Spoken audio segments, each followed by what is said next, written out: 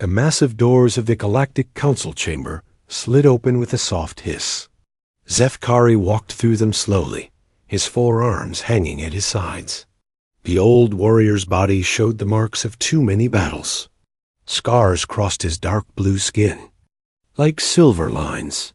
His right arm moved stiffly from an old injury that never healed properly. The chamber was huge, bigger than most starships. Hundreds of seats rose in circles around a central speaking platform. Representatives from dozens of worlds sat in those seats, their eyes fixed on the Vorthan veteran as he made his way to the center. Ambassador Veltar of the Centauri Federation stood at the main podium. Her voice echoed through the chamber as she spoke. Today we hear testimony regarding humanity's application to join our Federation. Many concerns have been raised about their methods of warfare. We have invited Commander Zethkari to share his experiences. Zethkari reached the speaking platform and looked up at the assembled representatives. He had fought in more battles, but most of them had lived years. He had seen things that would give nightmares to peaceful diplomats, but nothing had prepared him for what he learned about humans. I have served in the Vorthan military for 40 standard years, he began, his voice carrying clearly through the chamber. I have fought against raiders, pirates, and 3 different empires. I thought I understood warfare. I thought I knew what soldiers could do in battle. Then I met humans.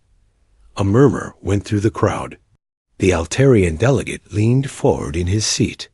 Commander, please tell us about your first encounter with human forces. Zethkari's compound eyes reflected the chamber's lights as he remembered. It was during the siege of Proxima Colony. The humans had established a mining outpost on the 3rd planet of the Proxima system. When the Krex Empire attacked, most civilian species would have evacuated. Humans do not think like most species. He paused, collecting his thoughts. The memory was still clear after all these years. I was leading a relief force to evacuate the colonists. We expected to find refugees waiting for rescue. Instead, we found the war zone. The chamber fell silent. Even the usual whispers and shuffling stopped. The human colony had 200 civilians and 25 military personnel, Zethkari continued. The Krex brought 800 soldiers and air support. By any reasonable calculation, the humans should have surrendered immediately. They did not. A delegate from the Syrian collective raised her hand. What did they do instead? They fought. The simple words carried weight in Zethkari's voice. Jake Morrison was their commander. A young man, maybe 30 standard years. Old. When I contacted him on the radio, he told me they would hold their position until evacuation was complete. I told him evacuation was impossible with that many Krex forces present. He said they would make it possible. Zethkari walked to the edge of the platform, his movements careful and measured. I have seen brave soldiers before. Courage is not unique to humans. But what I saw at Proxima Colony was different. It was not just courage. It was something else entirely. What do you mean? Asked Ambassador Veltar. The human soldiers had turned the supply depot into a fortress. They used mining equipment as weapons. They made explosives from industrial chemicals. When the Krex attacked, the humans fought from every building, every tunnel, every piece of cover they could find. Zethkari's voice grew quieter, but somehow more intense. Morrison's men were outnumbered 30-1. They had no heavy weapons, no air support, no hope of reinforcement. Most of them were wounded within the first hour of fighting. Any sensible species would have surrendered. He looked around the chamber, meeting the eyes of various delegates. Instead, they fought harder. When they ran out of ammunition, they used hand tools. When those broke, they used rocks and metal bars. When they could not stand, they crawled. When they could not crawl, they threw things from where they lay. The Altarian delegate shifted uncomfortably in his seat. How long did this continue? 3 days. Zithkari let the words hang in the air. 3 days of constant fighting. My relief force could not break through the Krex lines. We could only listen to the radio chatter and wait. He began pacing slowly across the platform. On the second day, Morrison reported that half his men were dead or badly wounded. He asked for permission to surrender to save the civilians. His superiors told him to hold as long as possible. He said he understood, but he did not surrender, observed the Syrian delegate. No, he did something that still confuses me. He asked his wounded men if they wanted to keep fighting. These were soldiers who could barely move, who had lost arms or legs, who were bleeding from wounds that should have killed them. Every single one said yes. The chamber was completely silent now. Even the usually chattering Bellatrix representatives sat still. On the third day, my forces finally broke through. We expected to find bodies and rubble. Instead, we found Morrison and 6 of his men still fighting. They had held the depot's central building against impossible odds. The civilians were safe. In the underground shelters, Zethkari stopped pacing and faced the assembled delegates directly. Morrison was unconscious when we found him. He had been hit by shrapnel that would have killed most species instantly. But he was still holding his weapon. His men had to pry it from his hands. Ambassador Veltar leaned forward. What was your assessment of this engagement? That was when I realized humans do not fight like other species, Zethkari said slowly. They do not calculate odds or weigh costs. They decide what needs to be done, and then they do it. Death is not something they fear. It is something they accept as part of their duty. He paused, looking around the chamber once more. I have spent years trying to understand what I saw at Proxima Colony. I have fought alongside humans and against them. I have seen them in victory and defeat, and I have learned that what makes them dangerous is not their weapons or their tactics. It is their willingness to sacrifice everything for what they believe is right. The chamber erupted in whispers and murmurs. Some delegates looked troubled. Others seemed intrigued. But all of them were listening. This is only the beginning of what I have to tell you, Zethkari said as the noise died down. If you truly want to understand humans, you must hear about the Battle of Titan's Edge. Zethkari stood quietly for a moment, letting the weight of his previous words settle over the chamber. The delegates were still whispering among themselves, but their voices grew quiet as he began to speak again. The Battle of Titan's Edge happened 6 months after Proxima Colony, he said, his voice carrying clearly through the vast space. I was promoted to fleet commander after my report on human tactics. The High Command wanted someone who understood how humans think. They thought I could predict their moves. A bitter sound escaped from his throat, something like laughter, but without humor. I was wrong. No one can predict humans. The Centauri ambassador leaned forward in her seat. What happened at Titan's Edge? The humans had established a forward base in the asteroid belt near Titan Station. It was a supply depot, nothing more. 20 ships, mostly cargo vessels with light escort craft. Captain Lisa Barnes commanded the small fleet. Zethkari began pacing again, his movements slow and deliberate. My superiors ordered me to take a full battle group and destroy the base. 43 ships, including 3 heavy cruisers and a dreadnought. The humans were completely outnumbered. He stopped and looked directly at the assembled delegates. Any rational commander would have retreated. The smart move would have been to abandon the base and regroup somewhere else. Barnes did neither. What did she do? Asked the Syrian delegate. She attacked us. The chamber erupted in surprised murmurs. Several delegates spoke at once, their voices overlapping in confusion. Order. Ambassador Veltar called out. Let the commander continue. Zethkari waited. for silence before speaking again. Barnes divided her small fleet into 3 groups. The first group consisted of her cargo ships. She loaded them with mining explosives and sent them directly at our main line. The Altarian delegate shifted uncomfortably. Cargo ships against military vessels? The cargo ships were not meant to fight, Zethkari explained. They were meant to die. Barnes had her crews set the ships on collision courses, then evacuate in escape pods. The ships struck our formation like bombs. He paused, remembering the chaos of that moment. 3 of my cruisers were badly damaged. 1 was destroyed completely. The cargo ships were flying bombs, and Barnes used them without hesitation. What about the second group?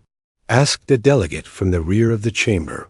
The second group was her escort ships, small, fast vessels with minimal armor. While we were dealing with the cargo ships, they attacked our flanks. They used hit-and-run tactics, striking our weak points and then disappearing into the asteroid field. Zethkari's voice grew more intense as he continued. But it was the third group that showed me how humans really think.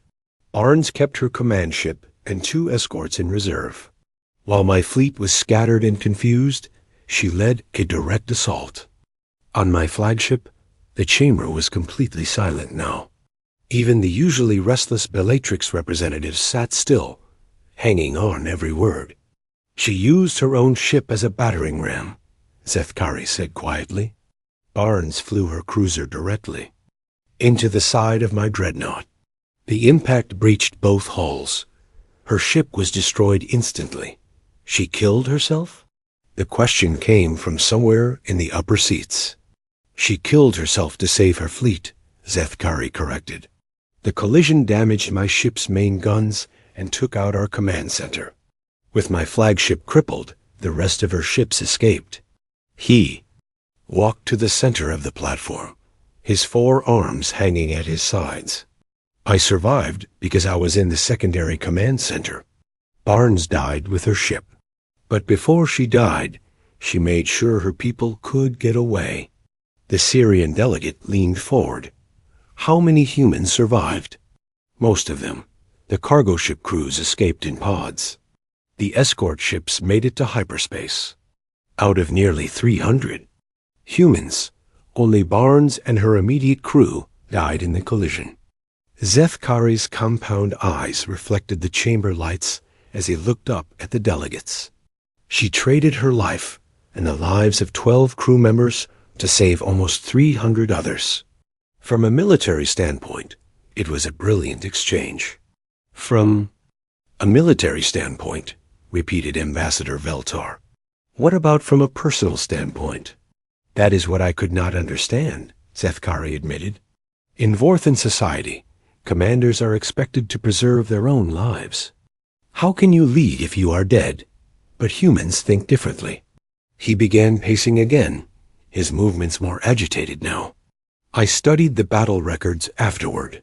Barnes had multiple opportunities to retreat. She could have saved her entire fleet by running away. Instead, she chose to fight. Why? Asked the Altarian delegate. Because the base contained medical supplies bound for human colonies. Civilian colonies with children and elderly who needed those medicines. Barnes would not abandon them. The chamber fell silent again. Several delegates exchanged glances, their expressions troubled. But that was not the most disturbing part, Zethkari continued. After the battle, I intercepted human communications. Barnes was not acting under orders. Her superiors had told her to retreat if facing superior forces. He stopped pacing and faced the delegates directly. She disobeyed direct orders to save civilians she had never met. She threw away her life and her career for strangers. And her crew supported this decision? Asked the Centauri ambassador. They volunteered for the collision mission, Zethkari said simply. When Barnes announced her plan, every crew member on the ship volunteered to stay with her. She had to order most of them to evacuate. The chamber was so quiet that the hum of the life support systems seemed loud. Finally, a delegate from the Outer Rim world spoke up. "What was your assessment of Captain Barnes?" Zefkari was quiet for a long moment. When he spoke, his voice was softer, but somehow more intense. Barnes was insane by any rational standard. She chose certain death over possible survival. She sacrificed military assets for civilian lives. She ignored orders and military doctrine. He paused, looking around the chamber. She was also the most effective combat commander I have ever faced. In 30 minutes, she destroyed a quarter of my fleet and completed her mission. She saved hundreds of lives and denied us a strategic victory. How is that possible? Asked the Syrian delegate. Because humans do not fight for victory, Zefkari said. They fight for purpose. Barnes did not care about winning or losing. She cared about getting those medical supplies to the colonies. He walked back to the center of the platform. That is what makes humans dangerous. They will accept any cost, pay any price, sacrifice anything to achieve their goals. Death is not a deterrent to them. It is just another tool. The chamber erupted in whispers and murmurs. Some delegates looked frightened. Others seemed confused. But all of them were listening. "This is still not the worst thing I have seen humans do," Zefkari said as the noise died down. "If you want to understand the true horror of human warfare, you must hear about the liberation of Kepler 442b.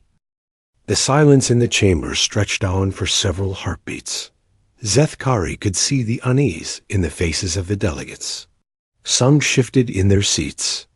Others whispered quietly to their aides. The Bellatrix representative was rubbing his forehead, with both hands as if trying to ward off a headache. The liberation of Kepler 442b was the longest battle I have ever witnessed. Zefkari began, his voice steady but quieter than before. It lasted 8 months. 8 months of constant fighting, siege warfare, and starvation. He moved to the edge of the platform, his scarred hands gripping the railing.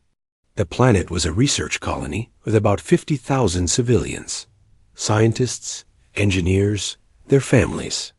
When the Crux Empire invaded, most of the population took shelter in underground facilities built into the mountains. "What about military forces?" asked the Centauri ambassador. The humans had 300 soldiers stationed there. Marines, they called themselves. Their job was to protect the research facilities and help with evacuation if needed. Zefkari's compound eyes focused on something beyond the chamber walls, seeing memories instead of the present. The Crux brought 12,000 troops. They surrounded the planet and cut off all supply lines. No food, no medicine, no reinforcements. They planned to starve the humans into surrender. A delegate from the Syrian collective raised her hand. How long were the humans expected to hold out? 2 weeks, maybe 3 at most. That was how long their supplies would last with careful rationing. The Crux commanders were patient. They knew time was on their side. Zefkari began pacing again, his movements slower now, more deliberate. But humans do not starve the way other species do. They do not give up when their situation becomes hopeless. They become more dangerous. "What do you mean?" asked the Eltarian delegate. Sergeant Amy Collins was in charge of the underground defenses. She had been cut off from the main force during the initial invasion. 23 soldiers under her command, protecting nearly 2,000 civilians in the deep shelters. He stopped pacing and faced the assembled delegates. For the first month, Collins and her team conducted raids on Crux supply lines. They would sneak out at night, attack enemy positions, and disappear back into the tunnels. Standard guerrilla tactics. "That sounds reasonable," observed Ambassador Veltar. It was reasonable until the Crux started targeting the ventilation shafts. They pumped poison gas into the tunnel systems, trying to force the humans out. Collins lost 6 of her soldiers in the first gas attack. Zethkari's voice grew harder. Any sane commander would have surrendered at that point. The civilians were dying. The remaining soldiers were outnumbered 500 to 1. They had no chance of victory. But Collins did not surrender, said the Syrian delegate. It was not a question. She did something that still disturbs me. She moved her people deeper into the mountain, into areas that were never meant for human habitation. Natural caves, abandoned mining tunnels, underground rivers. Places where the gas could not reach them. The chamber was completely silent. Even the usual background hum of the life support systems seemed muted. The civilians were terrified. They had been living on reduced rations for weeks. Children were crying from hunger. The elderly were getting sick from the poor air quality. Collins told them they would stay underground until help arrived. Zethkari walked to the center of the platform, his 4 arms hanging at his sides. Help was not coming. The human fleet was engaged in battles across 3 star systems. No one was available to break the siege. Did Collins know this? Asked a delegate from the Outer Rim worlds. She knew. I was monitoring their communications. Collins received word that no reinforcements were available. She was told to hold out as long as possible, then surrender to save civilian lives. He paused, looking around the chamber. Collins acknowledged the message. Then she destroyed her long-range communicator. Several delegates gasped. The Bellatrix representative leaned forward in his seat. She cut herself off from command? Ambassador, Veltar asked.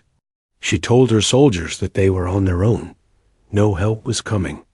No rescue was possible. They could surrender and hope the Kreks would treat the civilians well, or they could keep fighting. Zethkari's voice grew quieter, but somehow more intense. Every single soldier voted to keep fighting. Men and women who had not eaten a full meal in weeks, who were living in caves like animals, who knew they were going to die. They chose to fight. For how long? The question came from somewhere in the upper seats. 7 months. Collins and her people lived underground for 7 months. They ate roots and mushrooms they found in the caves. They drank water from underground streams. They made weapons from scrap metal and explosives from cleaning chemicals. He began pacing again, his movements more agitated now. I watched them through surveillance drones. They looked like ghosts. Thin, pale, moving through the tunnels like shadows. But they never stopped fighting. What condition were they in? Asked the Centauri ambassador. Collins had a broken arm that never healed properly. She set it herself using metal rods and cloth strips. Half her soldiers had similar injuries. One man was fighting with a punctured lung. Another had lost 3 fingers to frostbite. Zethkari stopped pacing and faced the delegates directly. They should have been in hospitals. Any civilized species would have been incapacitated by those injuries. Humans just kept going. How? Asked the Altarian delegate. They drew strength from each other. When one soldier was too weak to continue, the others would carry him. When someone was dying, they would ask him to hold on just a little longer. They turned their suffering into a reason to fight harder. The chamber was so quiet that individual breathing could be heard. Several delegates looked pale. Others seemed confused by what they were hearing. The final assault came in the 8th month, Zethkari continued. The Kreks had grown tired of the siege. They decided to use heavy drilling equipment to break into the deep tunnels and finish the humans once and for all. He walked back to the edge of the platform, his scarred hands gripping the railing again. Collins had been preparing for this. She had moved all the civilians to the deepest part of the cave system. Then she and her remaining soldiers took positions at the main access points. How many soldiers did she have left? Asked the Syrian delegate. 8. Out of 23, only 8 were still able to fight. The rest had died from injuries, disease, or starvation. Zefkari's voice became very quiet. 8 soldiers against 300 Krex troops in power armor. Collins knew they could not win. She knew they were all going to die. She fought anyway. Why? The question came from multiple delegates at once. Because the civilians were counting on her. Because she had promised to protect them. Because giving up was not something humans do. He looked around the chamber, meeting the eyes of various delegates. The battle lasted 6 hours. Collins and her people fought from tunnel to tunnel, cave to cave. They used every trap, every weapon, every advantage they could find. What happened to Collins? Asked Ambassador Veltar. She was the last one alive. The Krex found her in the deepest part of the cave system, standing guard over the entrance to the civilian shelter. She had been shot 4 times. Her left arm was gone. She was bleeding from wounds that should have killed her hours earlier. Zethkari's voice was barely above a whisper now. She was still holding her rifle, still trying to protect the people behind her. When the Krex demanded her surrender, she used her last grenade to collapse the tunnel entrance. The chamber erupted in shocked murmurs. Several delegates stood up, their faces pale. She killed herself rather than surrender? Asked the Centauri ambassador. She sealed the tunnel to protect the civilians. My relief force arrived 2 hours later. We found the civilians alive and safe in the deepest caves. Collins had succeeded in her mission.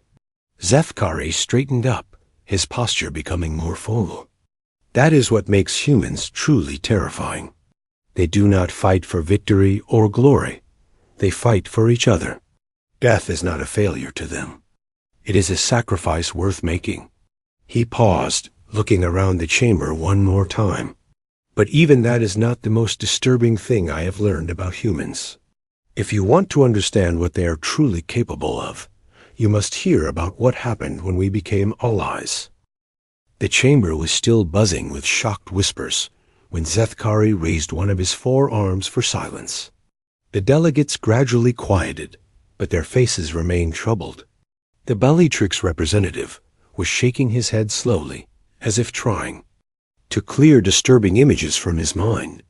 After the liberation of Kepler 442b, I thought I understood humans, Zethkari said, his voice carrying a note of bitter irony. I thought they were simply a species that preferred death to defeat. I was wrong again. He walked to the center of the platform, his movements deliberate and controlled. 3 weeks after the siege ended, we received emergency signals from the outer colonies.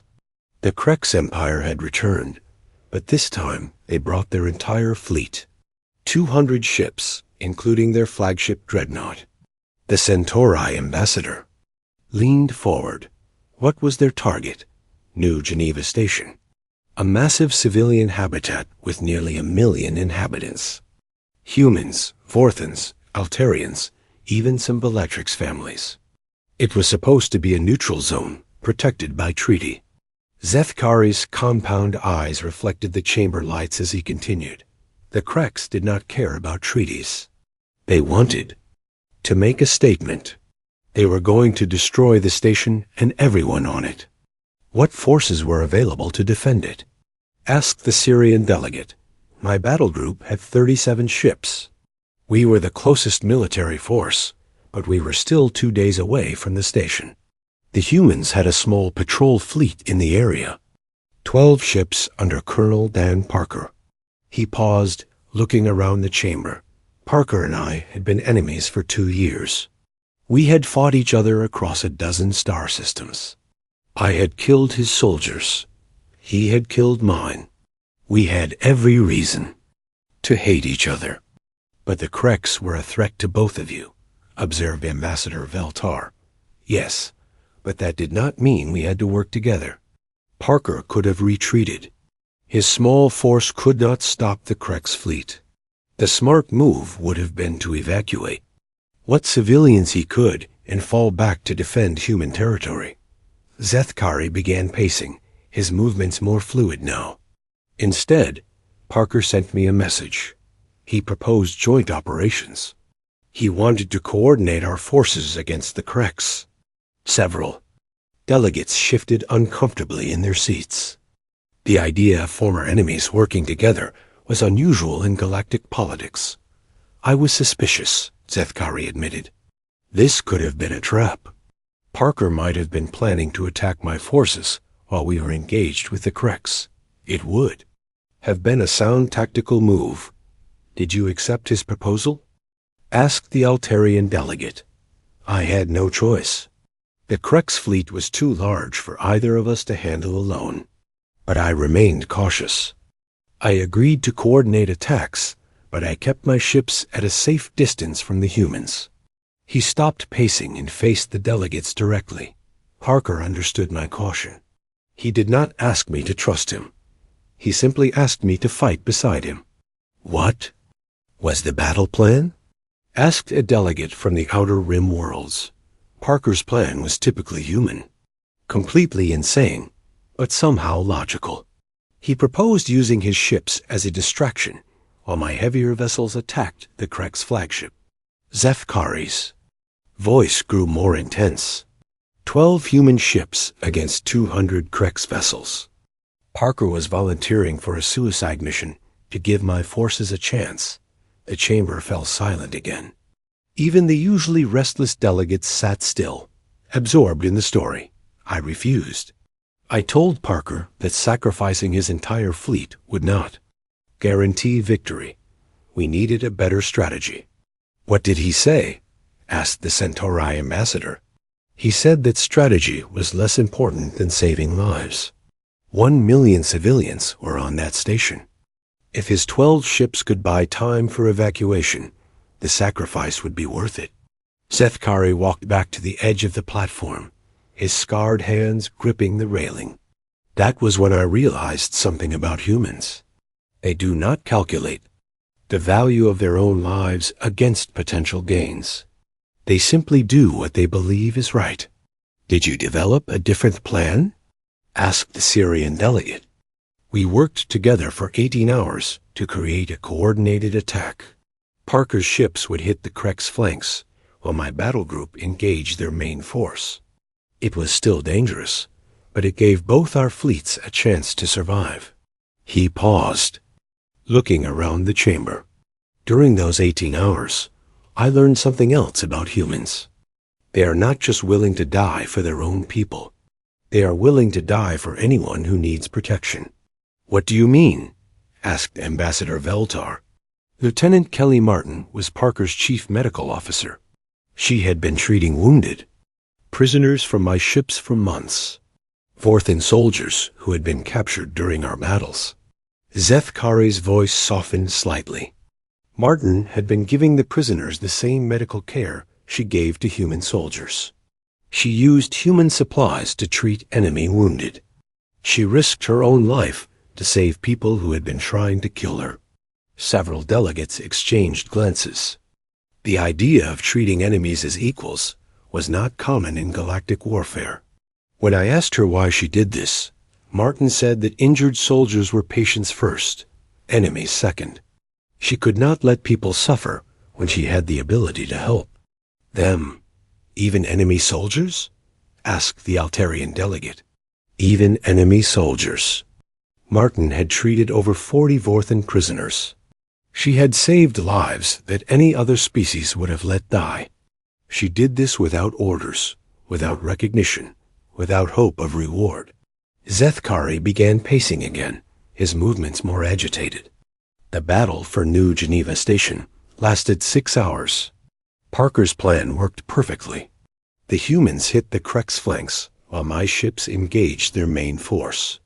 We destroyed half their fleet and forced the rest to retreat. What were the casualties? Asked the Syrian delegate. Surprisingly light. Parker lost 3 ships. I lost 5. The station was saved with minimal damage. Nearly all the civilians were evacuated safely. He stopped pacing and faced the delegates. But that was not the most important part of the battle. The most important part happened afterward. What happened afterward? Asked the Centauri ambassador. Parker's ship was badly damaged. His crew was injured, his engines were failing, and his life support was running out. By all rights, he should have been my prisoner. His forces were too weak to resist. Zethkari's voice grew very quiet. Instead, I ordered my ships to provide assistance. We gave them spare parts, medical supplies, and escort back to human territory. Parker asked me why I was helping former enemies. What did you tell him? Asked Ambassador Veltar. I told him that we were no longer enemies. We were allies. People who had fought together to protect innocent lives. The chamber was completely silent now. The weight of Zethkari's words seemed to hang in the air. That was when I understood what makes humans truly dangerous, he continued. They do not fight to conquer or destroy. They fight to protect, and they will accept anyone as an ally who shares that goal. Even former enemies? Asked the Altarian delegate. Especially former enemies. Parker invited me to visit human territory. He wanted to show me their civilian colonies, their schools, their hospitals. He wanted me to understand what they were fighting for. Zethkari walked to the center of the platform, his forearms hanging at his sides. I accepted his invitation. What I saw there changed everything I thought I knew about warfare. He looked around the chamber, meeting the eyes of various delegates. Humans do not fight because they enjoy violence. They fight because they love peace. They do not kill because they hate their enemies. They kill because they love their friends. And that makes them dangerous? Asked the Syrian delegate. That makes them the most dangerous species in the galaxy. Zethkari said firmly. Because they will fight anyone who threatens innocent life. They will sacrifice everything to protect people they have never met. They will even work with former enemies if it means saving lives. He paused, looking around the chamber one more time. But there is one more thing you must understand about humans. One final story that will show you why we should not fear them, but why we should welcome them as allies. The chamber erupted in whispers and murmurs. Some delegates looked confused. Others seemed intrigued, but all of them were listening. If you want to understand the true nature of human warfare, Zethkari said as the noise died down, you must hear about the Battle of Omega Station. The chamber was electric with tension as Zethkari prepared to speak.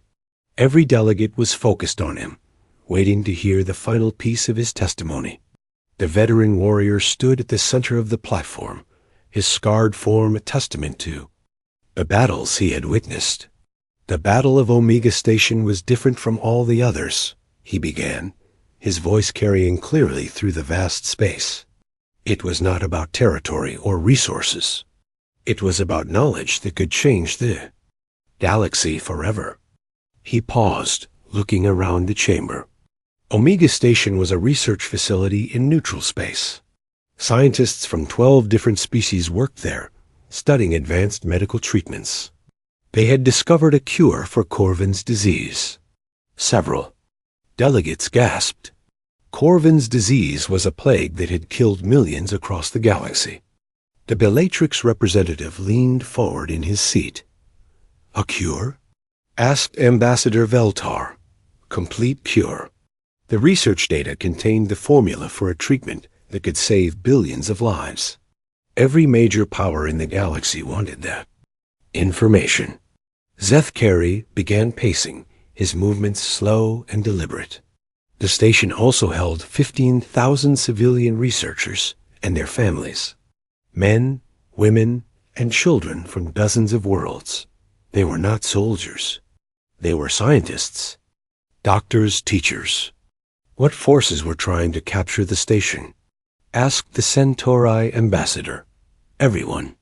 The Krex Empire sent a battle fleet. The Vorthan High Command ordered me to secure the data. The Altarians, the Syrians, even the Bellatrix Confederation sent ships. All of us wanted that cure. He stopped pacing and faced the delegates directly. Major Chris Allen commanded the human forces. 1 battalion of Marines, about 800 soldiers. They were supposed to capture the research data and evacuate human personnel. Just like everyone else, observed the Syrian delegate. That is what I thought. But humans do not think like everyone else. Zefkari walked to the edge of the platform, his forearms gripping the railing. The battle began at dawn. 6 different fleets attacking the station simultaneously. The fighting was brutal. Ships exploded every few minutes. Debris filled the space around the station. What about the civilians? Asked the Altarian delegate. That was the problem. The station was caught in the middle of a massive space battle. The civilian areas were being hit by stray weapons fire. People were dying. His voice grew more intense. I was monitoring human communications. Major Allen received new orders from his superiors. Secure the data at all costs. The civilians were secondary. Did he follow those orders? Asked Ambassador Veltar. Allen acknowledged the orders. Then he did something that shocked everyone. He opened communications to all the fleets attacking the station. The chamber fell silent. Even the background hum of the life support system seemed quiet. Allen proposed a temporary ceasefire. He said all military forces should focus on evacuating civilians before fighting over the research data. He offered to coordinate the evacuation personally. What was the response? Asked a delegate from the Outer Rim worlds. Mixed. Some commanders were suspicious. Others were interested. The Krex. Admiral laughed and said humans were weak for caring about non-combatants. Zefkari's compound eyes reflected the chamber lights as he continued.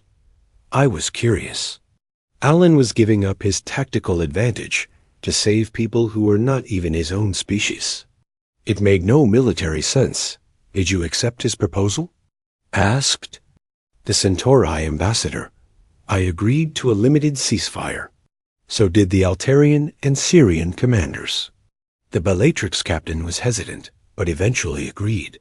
Only the Krex refused. He began pacing again, his movements more fluid now. Allen organized the evacuation like a military operation. He assigned different fleets to different sections of the station. Humans would handle the research levels. Vorthans would evacuate the living quarters. Altarians would clear the industrial areas. You worked together? Asked the Syrian delegate. We worked together. Former enemies cooperating to save civilian lives. It was the most efficient evacuation I have ever seen. Zefkari stopped pacing and faced the delegates. But the Krex were still attacking. They targeted the evacuation ships, trying to force us to abandon the rescue operation. Allen made a decision that still haunts me. What did he do? Asked Ambassador Veltar. He divided his forces. Half of his Marines continued the evacuation. The other half, led by Allen himself, engaged the Krex fleet directly. The chamber was completely silent now. The weight of expectation hung in the air. 400 human Marines against a full Krex battle fleet.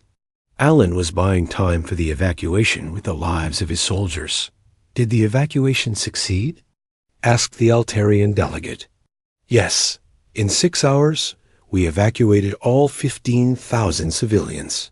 Scientists, doctors, teachers, children. People from 12 different worlds, all saved because Allen refused to abandon them. Zefkari walked to the center of the platform, his voice growing quieter but more intense. The cost was terrible. Allen lost 3/4 of his battalion. The Krex focused their attacks on the human ships, trying to break the evacuation. What happened to Allen? Asked the Centauri ambassador. His ship was badly damaged. Life support was failing. His crew was dead or dying. I offered to evacuate him and his remaining soldiers to my flagship. He paused, looking around the chamber. Allen refused. He said his job was not finished. The research data was still on the station. He went back for the data? Asked the Syrian delegate. He went back for the data, but not for the reasons you think. Zefkari's voice became very quiet. Alan did not want the cure for human use. He wanted to make sure it reached everyone who needed it. All species, all worlds, even former enemies. Several delegates gasped. The Bellatrix representative stood up in his seat. He was willing to die to share the cure? Asked Ambassador Veltar. Alan's last transmission was to all the fleet commanders. He said the cure belonged to the galaxy, not to any single species. He uploaded the research data to every ship in the area. Including enemy ships? Asked the Altarian delegate. Including enemy ships. The Kreks, the Vorthans, the Altarians. Everyone received the complete data files. Alan made sure no one could claim exclusive rights to the cure. The chamber erupted in shocked whispers. Several delegates were on their feet, talking excitedly to their aides. Order, Ambassador Veltar called out. Let the commander finish. Zefkari waited for silence before continuing. Alan died when his ship exploded, but his final act saved more lives than any military victory could have achieved. The cure was distributed to all species? Asked the Centauri ambassador. Within months, every major power in the galaxy had access to the treatment. Billions of lives were saved. The plague that had killed so many was finally defeated. He walked back to the edge of the platform, his scarred hands gripping the railing. That was when I understood the truth about human warfare. They do not fight to conquer or destroy. They fight to protect and preserve, even at the cost of their own lives? Asked the Syrian delegate. Especially at the cost of their own lives. Alan could have kept the cure for humans only. He could have used it as a bargaining chip or a weapon. Instead, he gave it away freely. Zefkari straightened up, his posture becoming more formal. I have fought humans for 3 years. I have seen them in victory and defeat. I have watched them make impossible choices and pay terrible prices. He looked around the chamber, meeting the eyes of various delegates. Yes, humans are dangerous. They are the most dangerous species I have ever encountered. But they are not dangerous because they are cruel or violent. Then why are they dangerous? Asked Ambassador Veltar. Because they fight for love instead of hate. Because they will sacrifice everything for strangers. Because they see enemies as potential allies and allies as family. Zefkari walked to the center of the platform one final time. Humans are dangerous because they make the rest of us want to be better than we are. The chamber fell silent. The weight of his words seemed to settle over the assembled delegates like a blanket. I have one final thing to say, Zefkari continued. I am retiring from the Vorthan military. I will be working as a liaison between human and Vorthan forces, helping to build cooperation between our species. He reached into his uniform and pulled out his military decorations, medals and ribbons that represented 40 years of service. He placed them on the platform before him. These honors were earned in battles against humans. I no longer deserve to wear them, but I have earned something more valuable. What is that? Asked the Centauri ambassador. The friendship of people who fight for others instead of themselves. The respect of warriors who choose love over hate. The knowledge that there are beings in this galaxy who will die to protect complete strangers. Zefkari stepped back from his decorations, his forearms hanging at his sides. I recommend that this council approve humanity's application to join the Galactic Federation, not because they are powerful, but because they are good. Even though they are dangerous? Asked the Syrian delegate. Especially because they are dangerous. If we must have warriors in this galaxy, let them be warriors who fight for peace. If we must have soldiers, let them be soldiers who protect the innocent. He looked around the chamber one last time. Humans will make us all safer. But more importantly, they will make us all better. The chamber erupted in discussion. Delegates were standing, talking excitedly, gesturing toward the platform. But through it all,